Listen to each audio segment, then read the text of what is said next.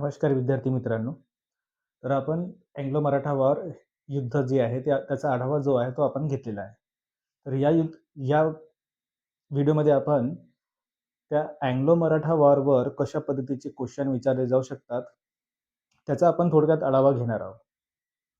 तर प्रश्न पहिला असू शकतो, की ब्रिटिशांनी मराठ्यांवर नियंत्रण निर्माण करण्याचे का प्रयत्न केले?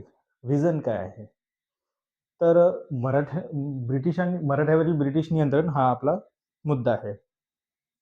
तर ब्रिटिशांनी मराठ्यावर नियंत्रण का निर्माण केलं, हे आपल्याला या ठिकाणी स्पष्ट करायचं. तर त्याच्यातला पहिला मुद्दा आपल्याला या ठिकाणी मांडावा लागेल, तो म्हणजे की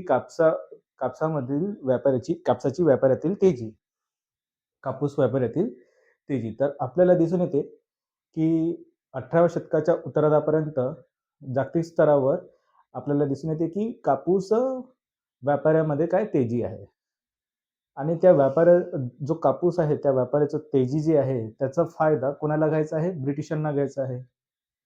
आता भारतामध्ये आपल्याला दिसून येते, की गुजरातचा काही भाग म्हणजे गुजरातचा काही भाग आणि महाराष्ट्राचा काही भाग या इथून काय होणार आहे? कापसाचं उत्पादन होत असते. त्या भागावर तिथून कापूस घेऊन पश्चिम किनाऱ्यावरील उत्तरेकडील जे बंदरे आहे, तिथून तो कापूस युरोपमध्ये पाठवायचा आहे. वरील बंदरे म्हणजे काय? उत्तरेकडील बंदरे म्हणजे काय? की जसे गुजरात आणि महाराष्ट्र आणि दक्षिणेकडील म्हणजे कर्नाटक, केरळ, गोवा. तर तर हा संपूर्ण जो भाग आहे, म्हणजे उत्तरेकडील जो भाग आहे, म्हणजे महाराष्ट्र आणि गुजरात यावर मराठ्यांचं नियंत्रण आहे. जर त्यांना कापूस हवा आहे, तर त्यांचा संघर्ष मग कोणाशी होणार आहे? मराठ्यांशी संघर्ष तर होणारच आहे. हा एक मुद्दा स्पष्ट झाला. दुसरा मुद्दा असा आहे, की भारताच्या पश्चिम भागावरील जो अ, व्यापार आहे, त्याच्यावर कोणाचं नियंत्रण आहे? मराठ्यांचं नियंत्रण आहे. आणि त्यावर त्या भागावर ब्रिटिशांचं नियंत्रण हवं आहे. ब्रिटिशांना नियंत्रण हवं त्या भागावर. तर जेव्हा ब्रिटिशांना त्या भागावर नियंत्रण करायचं आहे, तर निश्चितच संघर्ष कोणाशी होणार आहे? मराठ्यांशी संघर्ष होणार आहे. तिसरा मुद्दा म्हणजे नेपोलियनची युद्धे. तर ब्रिटिश ईस्ट इंडिया कंपनी ही अ, ब्रिट अ, काय ब्रिटनमधली जी सरकार आहे, तिची ती एक प्रातिनिधिक म्हणून संस्था होती. आणि त्या काळामध्ये आपल्याला दिसून येते, की नेपोलियनची युद्ध आहे. त्यामध्ये ब्रिटिश सरकार आता दबावाखाली आहे. तर आपल्या मातृदेशाला आर्थिक मदत म्हणून ब्रिटिश ईस्ट इंडिया काय करणार? त्यासाठी प्रयत्न करणार. आता आर्थिक मदत म्हणजे काय? तर संसाधन हवं आहे आणि संसाधन कुठून मिळणार आहे? भारतातून.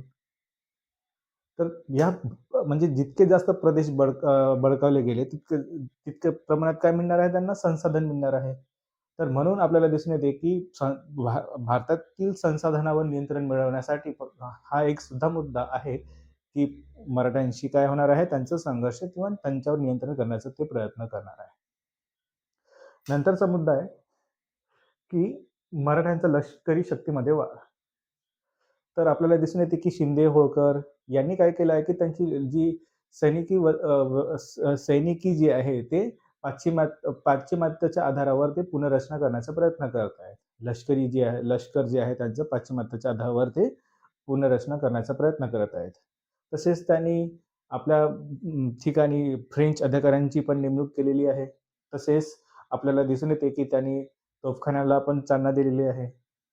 या सगळ्या गोष्टीमुळे काय ब्रिटिशांना त्याची धास्ती वाटणार आणि म्हणूनच नंतर काय मराठ्यांशी त्यांचा संघर्ष होणार आहे.